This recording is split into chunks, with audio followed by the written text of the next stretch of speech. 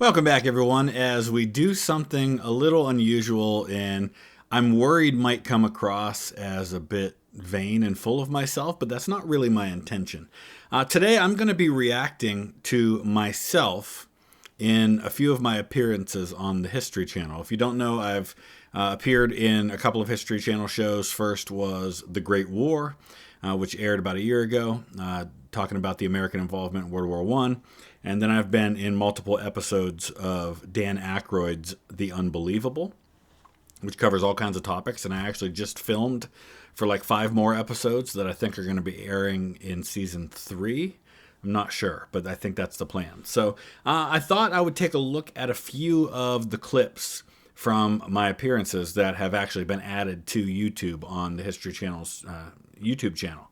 And not only talk a little bit about the stories that are being discussed and give you some real history, but also share with you a little bit of what was going on behind the scenes when those were being shot and let you see kind of how the sausage is made, so to speak, and talk about what went into my preparation for those appearances, what the filming was like on the day, what my experience was like with the producers, because they were different producers. One was actually a third-party production company that made it for the History Channel. The other one I was working directly at the History Channel studio, so definitely very different experiences. So let's dive in, and I will put the links down in the description to the actual videos on the History Channel's site. These are not all of my appearances on the History Channel. These are just a few of the clips that they've already made available. So let's go ahead and dive in. All right, so this first clip we're going to watch is from The Great War, which is the very first thing I did for the History Channel. And to give you a little bit of context and talk about the background of how this came about, I was contacted in the late fall of 2022 about being a part of this series that was being worked on by a third-party production company. Incidentally, the same production company that, if you've seen the Disney Channel version of, or the Disney Plus version of Hamilton the musical, which they filmed on stage, this production company that did The Great War was the same one that did that for Disney Plus. So they're in New York City, but we were filming in Minneapolis of all places. So they reached out to me, and it was actually because of a professor of history down in San Antonio, who is a fan of the channel, who also appeared, James Early, who also appeared in The Great War, and he recommended me to them. So they reached out to me, and I actually did kind of an interview where I did a Zoom call with Will, who was one of the producers. And he actually started throwing questions at me like they would for this, just to see how I responded, to see how I came across on camera. And at the end of that, I don't know, half hour, 45-minute Zoom call that we had, it sounded like he was pretty confident that they were going to be able to use me for it. So that was like December when I did the Zoom call of 2022. And then for like, I don't know, 6 or 8 months, I didn't hear anything. And so I thought, okay, they filmed it without me. I guess they didn't want me after all. And then they reach out in the summer of 2023 and say, hey, we're ready to move forward. We want you to come out and film. Basically, here are the dates that are available. And you can come either to Minneapolis, Minnesota, or you can come to Los Angeles and film. We're doing a bunch of sessions in one day, things like that. So I chose Minneapolis thinking, okay, I don't like Los Angeles traffic. It'd be hot in the summer. Not knowing that when I went to Minneapolis in August of 2023 that it would be 100 degrees in Minneapolis. So I go to Minneapolis a week or two before. In fact, I'll just come back to you here. A week or two before we shot this, they sent me a list of about 100 questions that they would be asking me for this. And so it was good because it gave me a chance to, there was a lot of the topics. This is mainly focused on the American involvement in the war. So it's 4 hours total that they were filming, but they were also filming for a 1-hour special on the Harlem Hellfighters, which came out in February. I wasn't included in that. But I was one of the last. I think they said they've interviewed 25 historians and other experts for this series. Now, I don't know that they ended up using all 25, But there are 25 of us, and I was like number 24 of the 25 to be interviewed by the time I came to Minneapolis. And so by the time I got there were a lot of those 100 questions, a lot of the topics that they had plenty of people to talk about.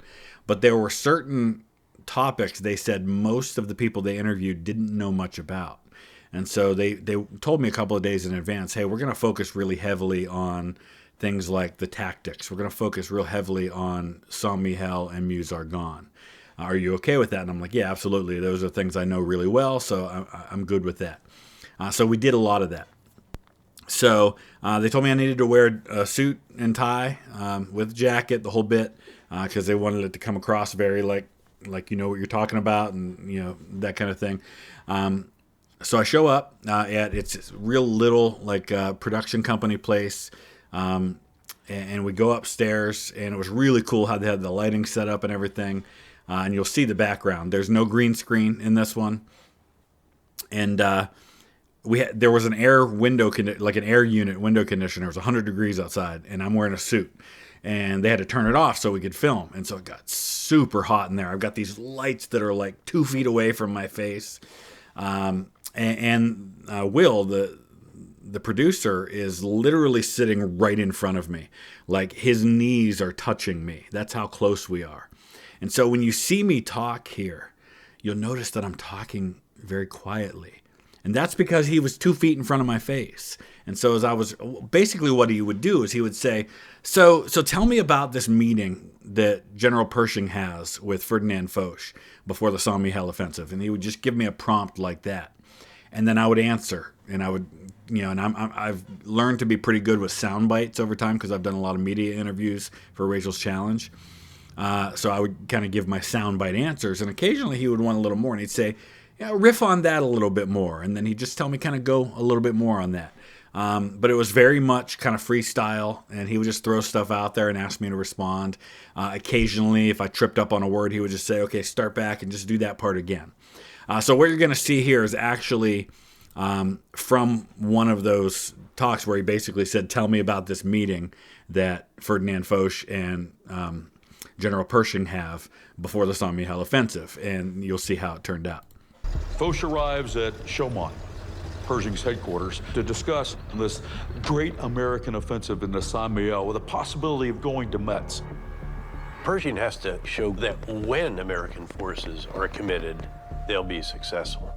And how crazy is it to me that I'm in the same documentary with guys like David Petraeus, who, 4-star general, commander during the War on Terror, and ends up, CIA director for a while? There's also, of course, pressure from Washington that you've got to succeed. Wilson. President Wilson is the commander-in-chief. Now, he's given direction to Pershing that he wants the United States Army to fight as an independent force. It must keep its own autonomy, and this will ensure that the United States has a position at the peace table. Doug Dowds is phenomenal, by the way, and you see him all the time in History Channel stuff because he's great. He's really good at communicating in this situation. I didn't meet any of these people. I didn't even meet the other people who were filming the day that I was there, just a couple of guys who were in the room for the production company. But these guys are great. And a little more background on what's happening here is that Pershing has wanted all along for there to be an American army under American generals with an American sector on the line. Up until this point in the war, the American troops that have fought have been kind of given piecemeal, some to the British, some to the French. So they fought at places like Cantigny and at Chateau Thierry, Belleau Wood. These were as part of larger Allied commands. Ferdinand Foch is basically the Eisenhower of World War I at this point. He's the overall Allied commander. And so now the Americans are finally going to get their first action as an American First Army. And then Foch comes to kind of kill the plan. When Pershing meets with Foch in less than 2 weeks before the launch of the Saint-Mihiel offensive, Pershing is expecting to go over final plans. Instead, the Allied command... You notice there they cut me off. There's some editing there. Pershing's expecting to go under final plans for the American offensive at Saint-Mihiel. And, they just kind of edited that right there. Listen to it again. You'll hear that they cut me off. Offensive. Pershing is expecting to go over final plans. Instead, the Allied commander-in-chief drops a bombshell on him. Our boys have been working around the clock. New roads, new railways, new hospitals. All constructed in record time. I am sure your plans are excellent, but I am here to tell you why they are no longer needed. Foch changes his plans because of the circumstances on the ground. The German offensives in the spring and summer have reduced their ability to fend off Allied counterattacks. This is, of course, when I still had longer hair, which I have weird cowlicks and swirls in my hair. So my hair either has to be short like it is now and spiky, or it has to be really long to where I can comb it back like that. Anything else just sticks up in the air. So that's kind of why I always have the spiky hair like I do. He wants American divisions to be used for part of his 100 Days offensive in the Meuse-Argonne sector, and that means that Pershing is going to have to cut his attack short or cancel it altogether. And all those clips you just saw of me were actually one answer to one prompt that Will gave me, and it just kind of got edited and mixed in. And it's really cool how they do that. And I'll be honest, when I went in to watch the 4 hours, I didn't know how much at all I would even be in it. And I will say that at the end of our interview, Will told me that I was one of his 3 or 4 favorite that they had done. So I felt somewhat confident that I'd at least appear somewhere in there, but I figured with 25 people they were interviewing, who knows what's going to happen. But I ended up being in it a lot, and I was really happy with how it came out. And in a very tense 2-hour meeting, both men make their arguments. What if both are possible? I fail to see how. May I? If we remove the Saint-Mihiel salient, it'll get rid of the German risk in that area. They won't be able to flank us. So our offensive in Saint-Mihiel will actually strengthen your offensive.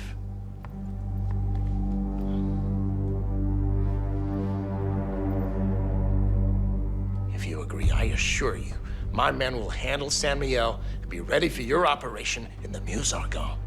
And one of the things that I talked about that didn't end up appearing in the documentary was that in order to make Saint-Mihiel possible on a limited basis, which meant not going all the way to Metz, to the rail lines, but just getting rid of the German salient and kind of like flattening out the bulge, so to speak, they had to then turn a bunch, like hundreds of thousands of American troops from Saint-Mihiel and move them into position to be able to be a part of the 100 Days offensive. And the American sector was Meuse-Argonne, which is to the west of Verdun. And in order to do that, there were ridiculous logistical challenges with narrow roads and turning armies and supplies and all that. And Marshall actually gets a guy from the 1st Division that he has on his staff named, I think he was a major at the time, ended up being a colonel, George C. Marshall. The same George C. Marshall that would be the American chief of staff in World War II. And this staff officer for Pershing is going to be the one that really makes this all possible. Oui. Good. So what he does is he trades off the larger objective of Metz. We will close off the salient, and I will use the time then to get my troops in position to support the larger Allied offensive. Foch grudgingly allows Pershing to continue on with the Saint-Mihiel operation, but the caveat is he has to be in position to attack into the Meuse-Argonne by the 26th of September. And it's called Meuse-Argonne because, here, I'll show you the map again. To attack into the Meuse-Argonne. The Argonne Forest on the left, the Meuse River right here, which if Verdun sits on the Meuse River. Meuse River is the right flank of the American attack. The Argonne Forest is the left flank. This is the largest attack in the history of the United States Army, and that's true to this day. Over 1 million American troops are involved in Meuse-Argonne, and they're going to push up through here. And then over here in the Argonne Forest, you're going to end up with things like the Lost Battalion, the 77th Division, the 82nd Division, which we know today is the 82nd Airborne, but at the time was 82nd Infantry, is going to have this guy, Alvin York, in the Argonne Forest, who is going to do the things that he does. Montfaucon's another spot, and I'm working on a video on Montfaucon for my Stories of the Great War channel. Really cool place, and it's right near Mont Falcon that the Meuse-Argonne American Cemetery is. That was really cool, and so that gives you a little bit of a glimpse into my experience with working on the Great War. That was just one little 3-minute clip from that. Let's talk about Unbelievable. Okay, so Unbelievable, as I mentioned earlier, is multiple episode season 2. And I actually could have been in more episodes, but I ended up not being able to make it for one of the recording sessions they wanted me to come for. But so how this came about was about 3 weeks before the Great War aired on the History Channel. I had a producer reach out from this show, Dan Aykroyd's Unbelievable, for season 2. They had done season 1, like 10 episodes last year, and I'd seen it, and I thought it was really cool. And it was good history and really interesting stories. And so it turns out in that case, I thought that she had seen my work on the Great War, which was about to come out, and that was why they reached out to me. Turns out she hadn't. She didn't know anything about it, didn't even know I'd been in the Great War. But her boyfriend was a fan of Vlogging Through History, and he recommended to her that she reach out about the show, and so she did. And we talked for a little bit again, did a Zoom call, talked about the logistics for it, and I was like, yeah, sounds like fun, let's do it. And so this one was different in a lot of ways. Number one, I was going to be going to New York City to the A&E Studios, which A&E Studios, A&E History Channel is part of like the A&E family. So this was in Manhattan, real close to the Chrysler Building, where the A&E Studios are. So I would be going there to record. A week before, they sent me 25 pages of notes. And the reason they wait until a week before is because at that point, they've worked with some of their other on-screen talent, as they call it. Because it's not just historians. It's like, when they're talking about medical stuff, they might have a doctor on or a surgeon. And they had, different people from different backgrounds on for this one. And so they sent me the specific topics we would be discussing about a week before. And they were broken down in 4 different episodes. And each episode has multiple stories in it. And so for one episode, like Dangerous Jobs, there might be 10 different stories that are anywhere from 5 to 10 minutes of the episode. And so they sent me maybe 4 or 5 of those stories. And in this case, the notes basically have the prompt, but also some possible responses to that. So it's more like a script. So there was less about my actual knowledge and more about me being able to put that knowledge into my own words and communicate it on camera effectively. So it's a little different. It still mattered that I have the knowledge that I have because I was able to bring some of that knowledge to these stories, things that weren't in the script. And in a couple cases, I actually caught some errors in their script that I was able to correct for them. On stories, for example, about the Groom of the Stool, about Henry VIII, which was one of the stories I appeared in. So this was very fast-paced. This was 3 hours. I was going to sit down for 3 hours from 4:30 to 7:30. And each episode had a different director. And so I go in. They bring me up to their green room. In this case, I was actually going to wear a light blue, like a sky blue polo shirt, because they told me I could dress down. I didn't have to wear a suit and tie. But when I got to my hotel that afternoon, my polo shirt was all wrinkly from being packed for the flight to New York, and there was no iron in my hotel. I've since gotten a portable iron, so that doesn't happen again. So it was too wrinkled. I couldn't use it for TV. Thankfully, I'd also brought my suit that I wore for the Great War. I just didn't wear the tie. So I wore the same blue shirt, same jacket, just didn't wear the tie. And in this case, I'm in the middle of a massive room. This room's about 50 feet long, probably 25 feet wide. There's a huge green screen at the back of the room. And I'm sitting up on like this throne type of thing where I'm about, like, my feet are about 1.5 feet off the ground. And then there's 2 cameras pointed at me. And behind the cameras, which are about 20 feet away from me, is like 5 people sitting there. One of them, their whole task was to make sure I spoke in the present tense, because everything was done in the present tense in telling these stories. So if I ever kind of defaulted back into talking past tense because we're talking about history, that person would be there to catch me and say, okay, say that again, but use the present tense. Only happened a couple times, but there was another person there that was always kind of making sure that I wasn't shiny too much like I sometimes get, or if there was like a fuzzy or something that needed to be cleaned up. And then I would have the person doing the prompts. And so each episode had a different one. So I worked with like 3 different people, kind of switching back and forth between episodes. And we would have to occasionally pause for a couple minutes while they swapped out a memory card on the camera, things like that. But again, it was a phenomenal experience. And in both cases where I filmed, they were amazing. They were super supportive, very encouraging, very helpful, and very grateful. And I would work with them anytime, either of those production crews that I worked with. And since then, I've actually gone back, as I mentioned earlier, and recorded again for Unbelievable, some more episodes that haven't come out yet. And at that point, they called me One Take Wonder. Because I was able to do pretty much everything in one take without having to go back and redo it or reword it. That wasn't always the case. In fact, there's a scene here in this one, which this is an episode about dangerous jobs.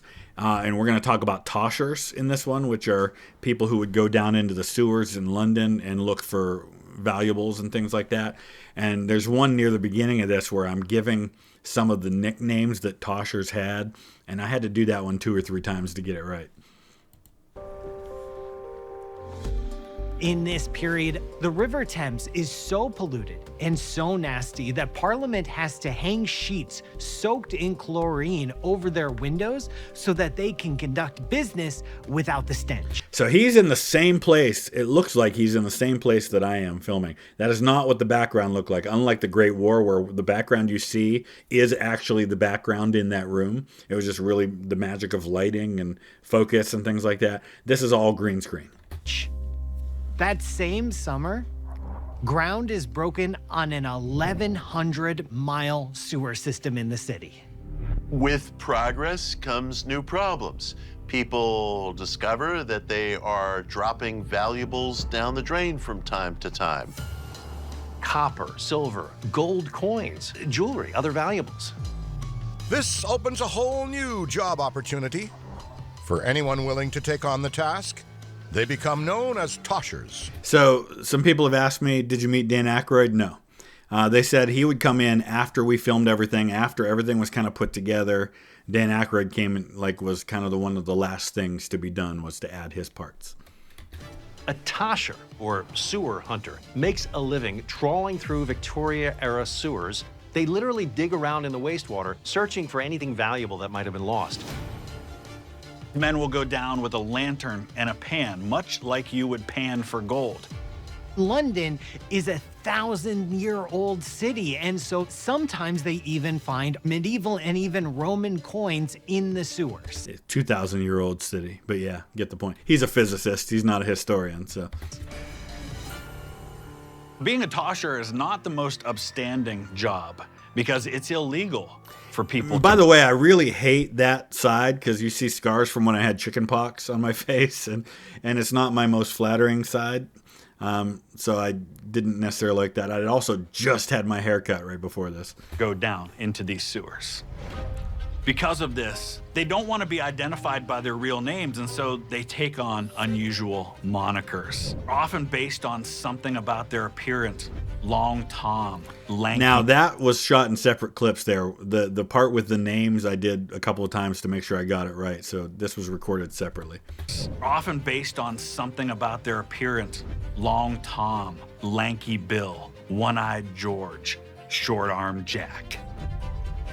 These aliases may protect them from the law, but not from other perils. And you notice I'm talking a little louder on this one, and that has a lot to do with the fact that the person I'm talking to, who's basically, it's like conversational, is a good 15, 20 feet away from me, unlike the Great War where our knees were touching. Toshers go out in groups because it's a very dangerous job. Some of them are overcome by noxious fumes. Some of them collapse and drown. Some of them step into sludge holes. And some of them just vanish, getting lost somewhere in the hundreds of miles of tunnels. But that's not the worst part. The worst thing that they face are the giant sewer rats. Toshers can actually get overtaken by swarms of man-eating sewer rats. Now, experts today tell us that rats very rarely attack humans, but we have records from Toshers themselves who speak very vividly of rats attacking men. With downsides like these, why take on the gig? Toshers could make up to 6 shillings a day. That's about $200 today, making them some of the top earners among Victorian working class people. It's a surprisingly egalitarian work. At the end of each shift, Toshers will gather everything that they've collected and divide the spoils equally. But if you're looking for a... Yeah, so that was a lot of fun. Like I said, I had a blast in both cases. But if you've ever been curious about how things look behind the scenes on some of these shows, now you have just a little bit better idea about how that all works. If you have any other specific questions related to my experiences working on the History Channel, just let me know in the comment section below. I do still read every single comment, even if I don't reply to all of them. I definitely do still read them, so I'll be glad to answer your questions if I can. I want to thank Philip in Lystrup, Denmark. Awesome that we have some Danish supporters on Patreon, as well as Ryan in Osceola, Indiana. Thank you both for your support on Patreon. I couldn't do it without you. Thanks for watching.